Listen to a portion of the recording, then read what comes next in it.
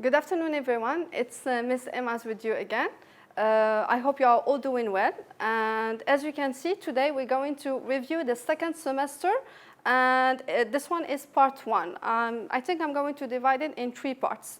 All right? So the superlative of superiority. If you remember, you have already done this lesson previously. It's just a recap. So here, to compare a person or thing with the whole group of which that person or thing is member. I use the superlative of superiority. Okay, so for the superlative form, most of you know the comparative form. The comparative form is when we compare 2 people or 2 objects. For example, Anna is bigger than Susan. Or for example, John is smarter than his brother, etc. For the superlative form, here we compare one person to a whole group of people. Let's take the example. We are in a classroom and there is a boy. His name is Ahmed, for example, and I'm going to tell you Ahmed is the tallest one in the classroom. So among his classmates, Ahmed would be the tallest, right? Another example here, what do we have?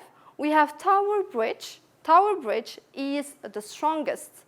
Tower Bridge is the strongest. This is my superlative. Bridge in Britain. As you know, there are a lot of bridges there, but the strongest one would be Tower Bridge. Another example, Scotland has the most beautiful castles. Scotland has the most beautiful castles. What do you notice here? This one is a short adjective. I'm going to detail that after we finish the examples. Another one, John is the funniest person I know. John is the funniest person I know. Brazil is the biggest country in South America. I had the worst grade in class. I had the worst grade in class.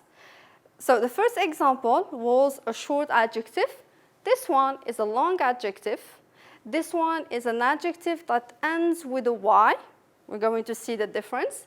This one is an adjective with the CVC form, and this one would be an irregular adjective. Okay? So the rule. If you have a short adjective, what do? The plus short adjective plus EST. In our first example, the short adjective here would be strong, right? So, the strongest, the strongest. When you have a long adjective, the most long adjective.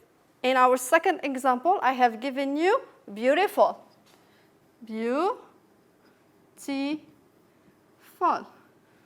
How do I know it's a long adjective? It's a short adjective. Short adjective, 1 syllable sound. Strong, 1 syllable sound. Beautiful, 3 syllable sound. Of course, it's a long one.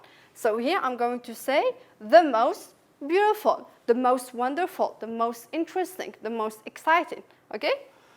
Adjective with 2 syllable and with Y changes to I. I have given you funniest.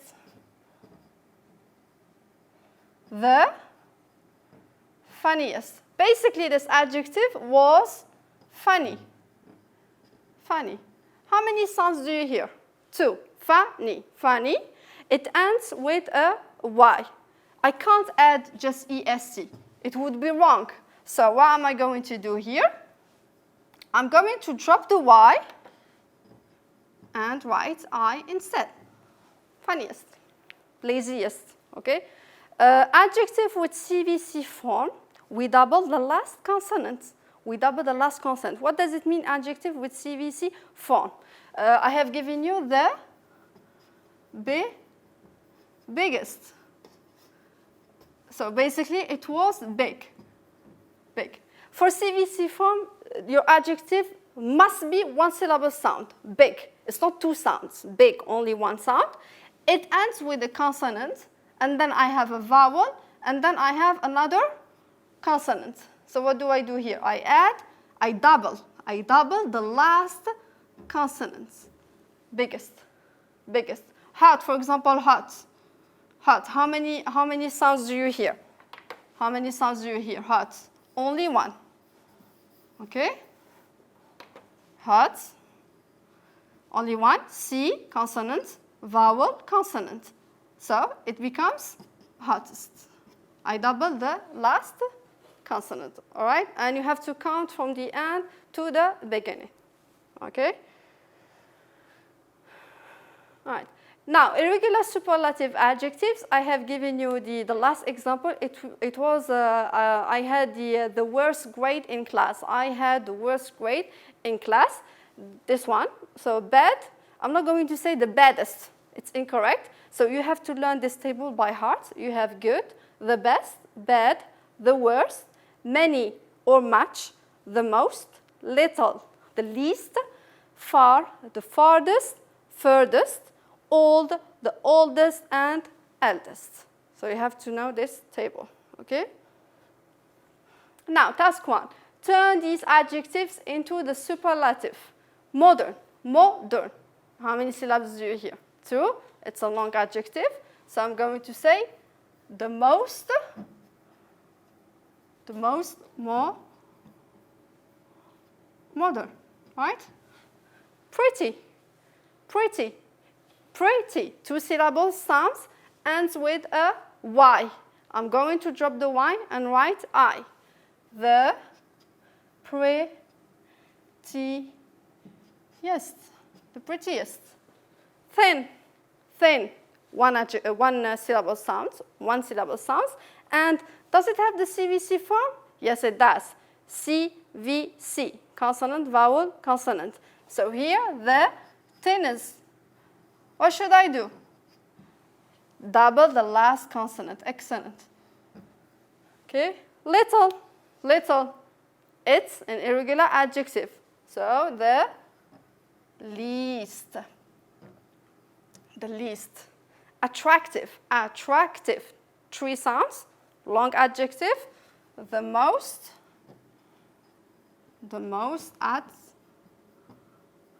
attractive. Yes? Nice, nice. 1 syllable sounds, but it doesn't have the CVC form. Vowel, consonant, vowel. So I'm not going to double anything here. Here, I'm going to say the nicest. It already ends with the E, so just write S and T. That's it. Wonderful, wonderful. 3. So the most wonderful. Okay, that's the end of task 1. Okay, it's an easy one. Task 2, fill in the blanks below to complete the sentences. Elephants are large land animals on earth. Large, large. It's a short adjective. So here I'm going to say the largest. I think math is difficult subject. Subject, difficult. Obviously, it's a long adjective. The most difficult. My cat is lazy animal, I know. Lazy animal, I know. It ends with a Y, so I should drop the Y and write it this way. Okay, so my cat is the laziest animal, I know. It means it sleeps a lot, okay? Next one. Who famous person in your country? This one is not a sentence, it's a question. So I should write it in the correct way. Who is the long adjective, the most famous person in your country, etc. Question mark. Which place, another question, which place hot one on earth? So here it would be, which place is hot? Yes, it's a short adjective and it has CVC. I've already given you hot as an example. So here, which place is the hottest? We double the last consonant. One on earth, question mark. That was a stupid mistake you have ever done. Stupid mistake you have ever done. Here we can't say stupidest. So we're going to say the most stupid mistake you have ever done. This was task 2. I don't think we have other. Now, expressing similarities and differences. Usually, when I ask my students to express differences, they would use however or but. But we have other connectors like unlike and whereas. For like, it would be like same or both. Here, like, we're going to start with like. Like is used to express similarities. Same thing. Anna is smart like her sister. It means both Anna and her sister are smart. Both of them are smart. Like my mother, my dream is to become a doctor. Like my mother, my dream is to become a doctor. What do you notice here? I have like and I have like, yes? This one is written in the middle of the sentence. We don't need a comma. This one comes at the beginning of the sentence. So I should divide the two clauses with a comma. Don't forget it, please. Now, unlike and whereas, they mean the same, are used to express differences. Unlike my brother, I don't like junk food. What does it mean here? It means that my brother loves junk food and healthy food like burgers and stuff. And me, on the other hand, I love vegetables, fruit, and etc. So here, unlike my brother, I don't like junk food. It expresses difference between you and your brother. I don't like junk food, unlike my brother. Unlike, same. This one comes at the beginning of the sentence, so there should be a comma here. This one is in the middle of the sentence. No need to put a comma. It already works as a comma here, okay? Now, people say fries in America, whereas in Britain, they call them chips. Fries between parentheses, les frites, between parentheses. So people say fries in America, whereas in Britain, they call them chips. Here, what do you notice? I have whereas in the middle. Do I have another example with whereas at the beginning? No, because whereas always comes in the middle of the sentence. And you should put a comma before whereas. Always a comma before whereas. Okay? Now, note, I can use like / unlike at the beginning or in the middle of the sentence. It's okay. I use whereas in the middle of the sentence only. Now, don't forget that we use a comma before whereas, but not after. I see a lot of students, when they write whereas, they put the comma here. It's not correct. The comma should be here, before whereas. Is it clear? Okay. Now, task 1, fill in the blanks with the right concession, unlike or whereas. Belgians eat French fries. Algerians prefer homemade food. Homemade food, which one? Unlike or whereas? Whereas. Okay, why did I choose whereas here? Because when you use whereas, even if you divide the two sentences, they are coherent. I mean, if they are separated, both of the sentences are meaningful. If I say Belgians eat French fries, it's clear. If I say Algerians prefer homemade food, it's clear as well. Now, second one. Chinese Americans are known for their hamburgers.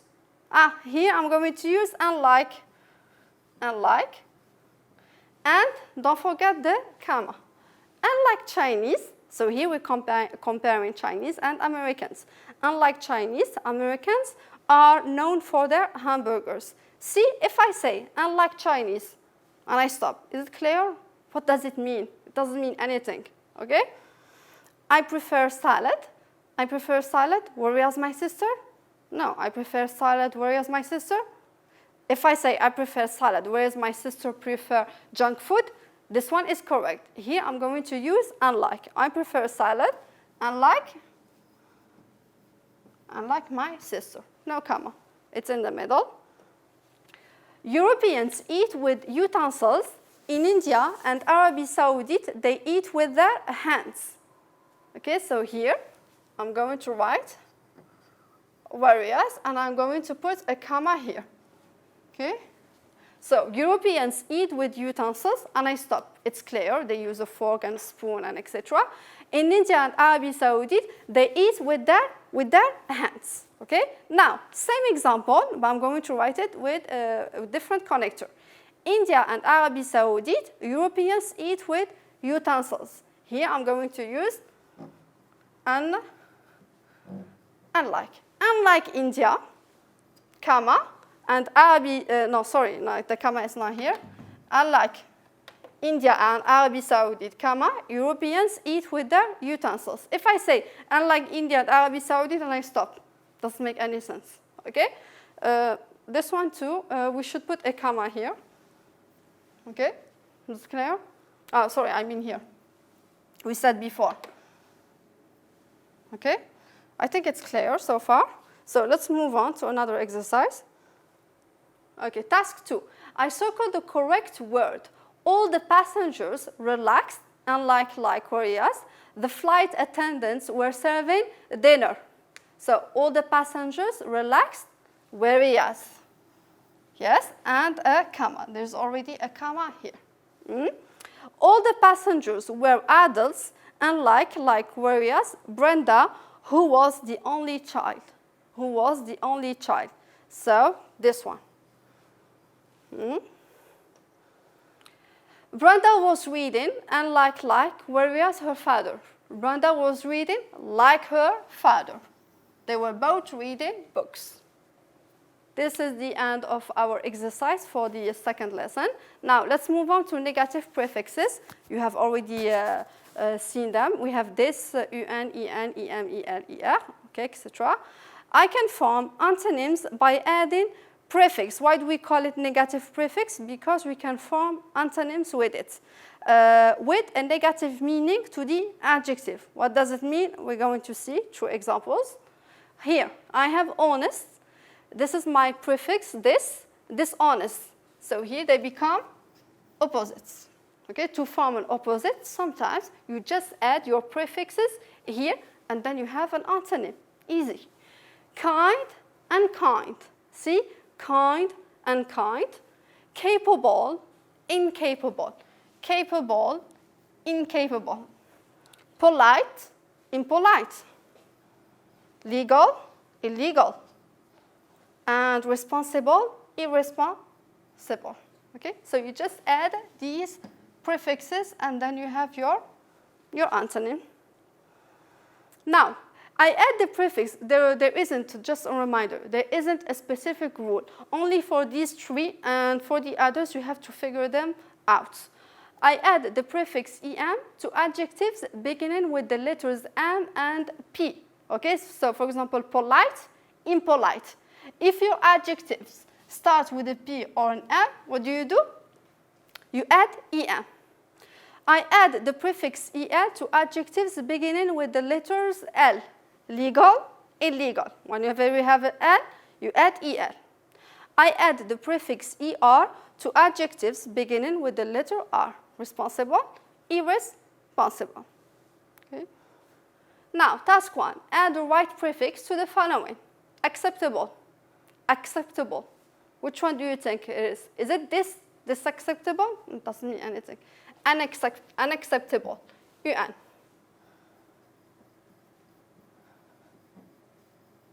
Oh, sorry.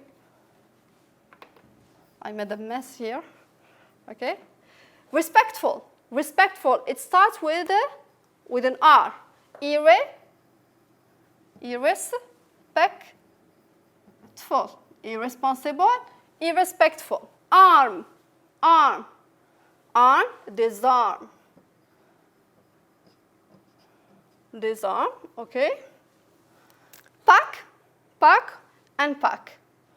When you go and you travel, you pack your stuff in a suitcase. When you come back to your country, you unpack. Mortal, immortal, it starts with an M. Whenever you have an M or a P, you add EM. immortal,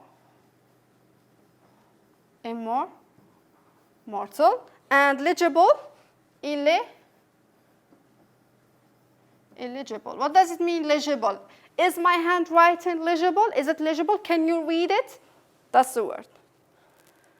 Now, task 2, which prefix goes with which set of words? Here you have 3 adjectives in each column, and then you have to add the right prefix to the 3 of them. I have kind, fair, able. It's the prefix n. Unkind, unfair, able.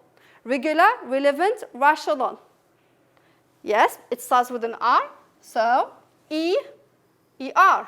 Irregular, irrelevant, irrational. What you're saying is irrational. Logical, legible again. So here, LLL, the prefix EL. Illogical, illiterate, illegible. Trust, agree, like. Trust, agree, like. Excellent. Distrust, disagree, dislike. Coherent, formal, secure. Incoherent. So I say your speech is coherent, your speech is incoherent, it doesn't make any sense. Formal, when you are in a school in front of your students, you should use a formal language. If you are outside with your friends, you can use an informal one. Insecure. The place is insecure, be safe. It's a secure place, the environment is safe, it's okay. Moral, possible, patient, it starts with a P and M. We said with a P and M, what do we add? We add EM. Immoral, impossible, impatient. This was the end of our second semester review, part 1. If you have any doubts concerning any exercises, I advise you to look up for more on the internet. Try to practice even more, and see you for the second part. Take care.